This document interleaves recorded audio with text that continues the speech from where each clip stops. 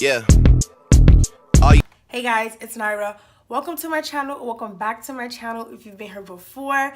In today's video, I'm going to be doing my makeup. It's gonna be like a get ready with me, not a tutorial.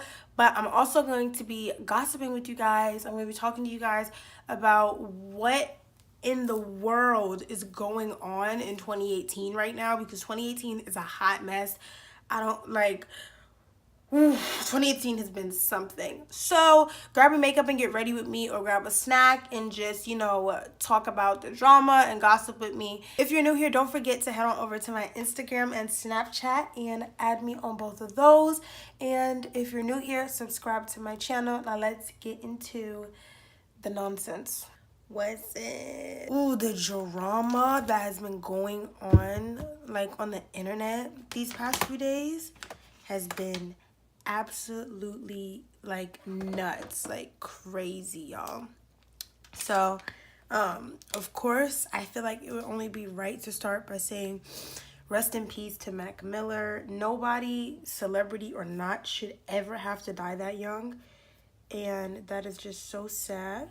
And it really is a reminder that anybody that is having a substance abuse problem, no, it is not anything to joke about.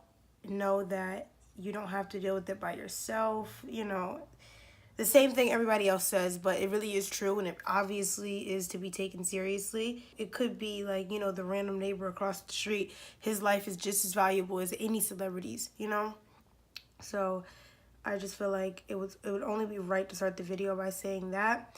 And you cannot address Mac Miller, and it's sad. I'm not saying this is how it should be. It's sad that this is the way that it is right now. But obviously, you cannot address Mac Miller's death for some reason without mentioning Ariana Grande. Now, me, I have nothing against Ariana. I'm actually kind of a fan. I like a few of her songs, but I'm not really a big fan of Ariana. I'm just kind of, I like some of her music. Same with Mac Miller. A few songs of his are cool. But this blaming of Ariana Grande for Mac Miller's death is so disgusting. There has been an array of tweets that are blaming Ari, and also a bunch of tweets that are saying, Ariana's not to blame, and everybody's like, if you have a substance abuse problem, wouldn't you turn to drugs if you were with someone and they got engaged to somebody else after 3 weeks after you guys broke up? And what I don't understand is, what was Ariana supposed to do? If she and Pete decided to get engaged early, what is the correlation to Mac Miller? Is she not supposed to live her life because she has an ex with a substance abuse problem? And furthermore, was she supposed to just deal with being in a toxic relationship? Because sometimes we have a hard time understanding that the people we idolize very well can be toxic. And Ariana, from what I understand, Ariana kind of expressed that, that the relationship she was in was toxic and that his substance abuse did play a part in it. And so it's like, you're basically giving Ari two options that you don't have the right to be giving her in the first place. But the internet's basically saying Ari had two options: deal with a toxic relationship because of substance abuse, or don't move on because you have a fragile ex. That's not fair to Ariana. Ariana did not create his substance abuse issue. Therefore, she should not be blamed for it. What is she supposed to do? Put her life on hold because she doesn't want, Mac to feel some type of way? That's wild to me that people, legit think like that. Y'all are weird. People are also heated because Tana Mongeau... Okay, let me start by saying this. Do I look like I give a because I don't? I am a Tana fan. I love Tana because she's a lot like me and my family, in the sense that my mom raised us to say what we want. It doesn't matter if people think you're unladylike. It doesn't matter if people don't agree, people think you're problematic. It doesn't matter. Say what you want, stand up for yourself, be as crazy as you want to, be as loud as you want to. That's how my mother is. That's how my sisters are. That's how, I was raised to be. So I really related to that because you don't see a lot of people like that. And Tana is someone that's like that. Tana doesn't care if you think she's vulgar. Tana doesn't care if you think she's gross. Tana just don't care. Tana says what she wants. Tana does what she wants. Tana posts half naked pictures if she wants. I love that about her. Like, that kind of confidence is like what really makes somebody like a baddie to me. Like, I think that's just like so dope. But Tana is so problematic, and this episode of Tana being problematic, of course Tana is being attacked because she's revealing some type of secret relationship she had going on with Mac Miller.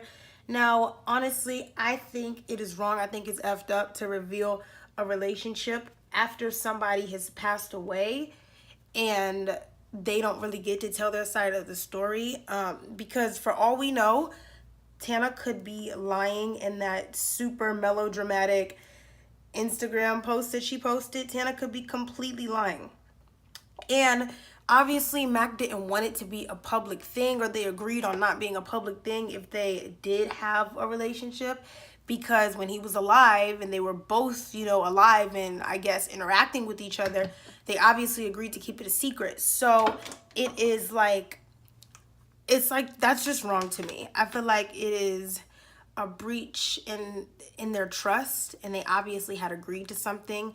And once somebody dies, that doesn't mean what they thought while they were alive is no longer valid, if that makes sense. If he thought that you guys should remain, you know, covering up whatever was going on, if anything was going on, then shouldn't you honor that in his death? Like, that is just gross to me. That's disgusting. This is like when Simply Nessa had like said that, when Simply Nessa had said that she had like talked to X or something after X died, and she was like, X is alive, guys, on Twitter, but X was like actually dead, and so it was obvious that she had just lied. Like, girl, get out of town. Like, I feel like trying to come up off people's deaths is so, like, trying to get clout from somebody who literally just died. Like, first of all, it's not the time or the place. It's just gross. It's just gross to me. And like I said, I love Tana, but honestly, she's problematic. I mean, you know, that's a part of the reason that I love her. I love that she's problematic, and she like, well, she didn't care up until TanaCon, then she was like crying on camera all the time. But I love that she's problematic and she embraces it, and she's just doing her. But this was a little bit too far for me. But now, okay, here's the thing. I don't think she meant to be harmful. I think that she knew it was going to stir the pot a little bit, and she knew people were going to pay attention to her. But I don't think that her intentions, if this makes any sense, I think she knew she was going to get clout from it, but I don't think she had bad intentions. I don't think she posted it with the intention of, oh my God, so many people are going to come to my page and follow me once I post that I kissed Mac Miller and all that. You know, I don't think that was her intention, but I think she knew what she was doing. I think she was legitimately hurt by his death, because obviously if you were romantically or sexually involved with someone, when they pass away, you're going to feel affected. But I think she was hurt by his death, but she was not necessarily trying to get clout. She just knew the clout would come. And still, I don't think that she posted it for clout, but I think she was wrong for posting that when they obviously had agreed to keep it a secret. That's just how I feel. This wouldn't even be a gossip video if we didn't get into Nicki Minaj and Cardi B. Where are you stupid bitch? You want to bring my child up in this bitch? Ooh, baby. Oh my God. For anybody that doesn't know the entire story by now, first of all, you literally live under a rock. But let me just give you guys the rundown. Nicki Minaj on Twitter liked a tweet that was commenting on Cardi B's ability to be a good mother to her daughter. The tweet was referencing the fact that Cardi B said, "Welcome home, Kodak," and Kodak Black had a rape charge against him. People are saying she's the mother of a young daughter and she's supporting a rapist. That makes me uncomfortable. But here's the thing. Cardi B is a celebrity. She doesn't know you. You don't have to be comfortable with the way she is as a parent. You know what I mean? I'm not saying Cardi's like to go and say, Cardi B said welcome home to Kodak, so Cardi B is like in support of rape. It's like, oh my god, like that's really a drag. I'm sorry. I know that when you're a celebrity, everything you do and everything you stand by is like gonna take a political stance nowadays, or like, you know, a stance in some kind of controversy, but that is just like, that's crazy. That's way too far for me. So Nicki Minaj likes this tweet. Although Nicki Minaj is on tour or was on tour or whatever with 6ix9ine, but 6ix9ine has more rape allegations and more, you know, more sexual predator. 6ix9ine has more rape and sexual predator allegations than a little bit. So for Nicki Minaj to be liking that, like liking a tweet like that about Cardi B, is really contradicting to me. You don't have to agree, and if you don't agree, tell me why in the comments. And Nicki Minaj and Cardi B had also spoke about their beef in person twice before, and both times apparently Nicki Minaj said to Cardi B that, you know, there was no beef. I guess she Cardi said that Nicki copped the plea, and that's like New York slang for being like somebody like, you know, chickened out, like they was acting, you know, they was acting like nothing's good. Like if I'm on Twitter and I'm tweeting and I'm talking crap about Tana, and then Tana approaches me and I'm like, girl, no, like we're good, like, what are you talking about? So yeah, apparently Nicki Minaj and Cardi B have spoke twice in person, and I believe this because I remember, I don't know about the second time, nobody really knows about the second time, but after the first time at the Met Gala, I know Cardi was like, you know, saying that her and Nicki were all good and that, you know, there was no beef, and everybody on Twitter was like, yay, no beef. And I guess they spoke a second time that we weren't aware of because we don't know what rich people do, because we're not invited to the rich people parties. Makes perfect sense. It's interesting because every time Nicki mentioned Cardi, or, you know, well, okay, she would never really directly mention her, actually. Nicki was always sneak dissing. Like, Nicki was like, y'all are conditioning these new female rappers to disrespect me. What other new female rapper is out right now? Or out and as big as a threat to Nicki Minaj as Cardi is? It's obvious she's talking about Cardi, which in my opinion is dead wrong, because if you gonna smile at somebody's face and then talk on the internet, that's like the fakest thing to do. I don't care who you are. That's just my opinion. Like I said, if you disagree, say it in the comments below. But yeah, so they talked twice in person. Both times Nicki Minaj said everything was cool, and then Cardi would never really speak bad about Nicki, but Nicki was always sneak dissing Cardi, and then she goes around and likes this shady tweet. So as we all know, Cardi is a real hood chick. When it's on site, it's on site. Like, Cardi didn't care where she was. So they were both present at the Harper Bazaar party, and Cardi B did what she had to do. Well, attempted to do what she had to do. Obviously, there were security guards there. I'm not going to insert the footage because you've all seen it already. We've all seen all 3 versions of the footage. And people are like, why don't people release more footage? I think for obvious legal reasons. Imagine getting hit with like a cease and desist from like Nicki Minaj or Cardi B or something. Like, I would pass out. I'm like, oh my God, I'm gonna die. They're gonna sue me for more money than I'll ever make in my entire life, you know? So I feel like it's a good thing that people aren't releasing the footage. And obviously people that were there have a relationship with the Harper Bazaar brand, because not everybody can just go. You have to be invited. So obviously people don't want to damage their relationship with the brand, because that means no more New York Fashion Week invites, you know? So people are calling Cardi B ghetto, and they're saying, oh my God, ooh, wood child, the ghetto jumped out of Cardi B. And I don't think it was ghetto at all. I mean, maybe it's because I'm from New York like Cardi. I feel like if somebody's disrespecting your child, it's one thing if you got, you know, people sneak diss you on the internet and you see them at Fashion Week. Obviously, you keep it pushing. I feel like when you mention somebody's baby, everything is off limits. I don't care where we at. I don't care who you are. If you, and I'm not even a mother yet, but like, I just know, like, if you mention somebody's baby, you have taken it too far, and it don't matter where we at, is a problem. So Nicki Minaj standing behind her bodyguards going, I'm gonna stay right here, when Cardi B was telling her to come to her, is mad whack to me.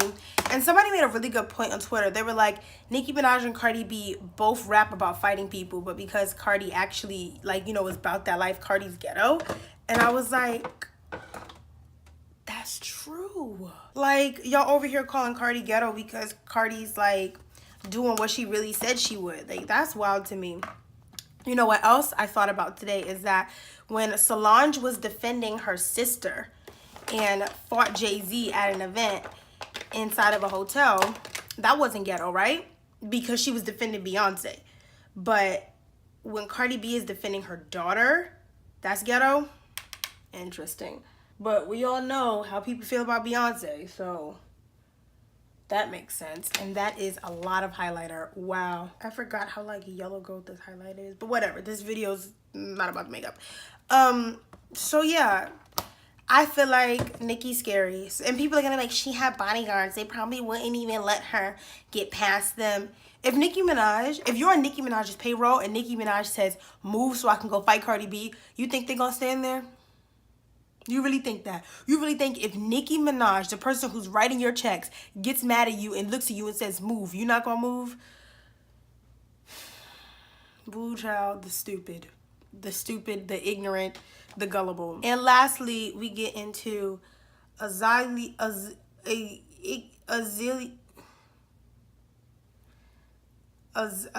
Bank. Azealia Bank. We get into Azealia Bank, the most irrelevant whatever she is, because she's not a rapper. I know in like 2009 she dropped some song called 212, and it is to date the only Iggy Azalea song I've ever heard.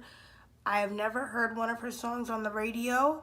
I have never seen her in anything except Wildin' Out. The only time I hear about Azealia Banks is when she's like plotting on how to insert herself into somebody else's beef. So yeah, Azealia Banks is an internet troll. I don't know. Honestly, nobody really knows what Azealia Banks does. Like, I'm not even like being shady. Like, people really don't know, and I kind of don't know. I know she made one song and somehow people still know her name because that was in like 2010. Azealia Banks goes on Instagram Live as, you know, the news is breaking that Cardi and Nicki have fought at New York Fashion Week. And Azealia Banks goes on IG Live and goes, ooh, the campesino. For all of my non-Spanish speaking viewers, a campesino is like kind of like a lower class, like, you know, Hispanic farmer. But it is used in a derogatory way.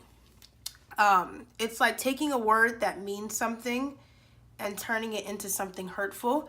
So where it really should just mean like a rural, like, you know, farmer, people try to take it and make it so that campesino is like, you're like low class, uneducated, and like poor, and that's why you're a farmer. And it's like, it really is kind of a derogatory term, and that's like really messed up that Iggy Azalea would get on there and call a fellow, I think she's Dominican, I don't know, nobody knows. Nobody knows what's up with Iggy Azalea. So I said Iggy Azalea. Wow, I can't even remember the girl name. Nobody knows what's up with Azealia Banks. So I don't know if she is Dominican, Afro-Latina. But for her to get on, I'm going to assume because she knows the word campesino, for her to get on IG Live and insult a fellow Afro-Latina from New York like she is wild. Now, here's what's crazy. When Azealia Banks was on Wildin' Out, they made a joke about Cardi B's baby. And Azealia Banks got offended and was like, that's not funny. You know, let the girl have her baby. Even though Azealia Banks and Cardi B have, you know, gone at it before.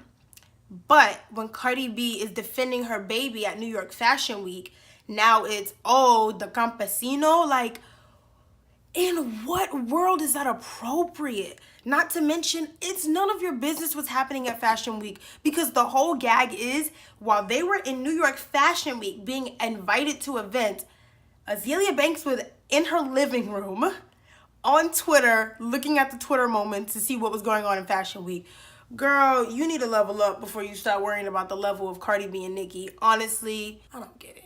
I don't get it with Azealia Banks. I don't get it now, and I don't think I ever will. But yeah, I don't think I ever really talk about gossip or drama on this channel because, like, my channel is more about, like, fashion and beauty. But I love, YouTuber drama. I love celebrity drama. I just love it. It's interesting to me. You know those people in YouTube and Twitter that are like, I don't understand how other people's drama can be interesting. Get a life. No, I'm not gonna get a life. This is interesting to me and I don't care. If you guys enjoyed gossiping with me, then give me a like and a comment down below. Also, let me know all of your thoughts down below because I love to argue with people. I'm just joking. If you're new, subscribe, and I will see you in the next video. Yeah. All you self-promoters are janky. We established like the Yankees. This whole fucking game thankless. We moving militant, but somehow you the one tanking. No limit to where I could take it. And you know me as a crisp bottle sender, check picker upper. I thought we looked out for one another. Saw us all as brothers in a struggle, too blessed to be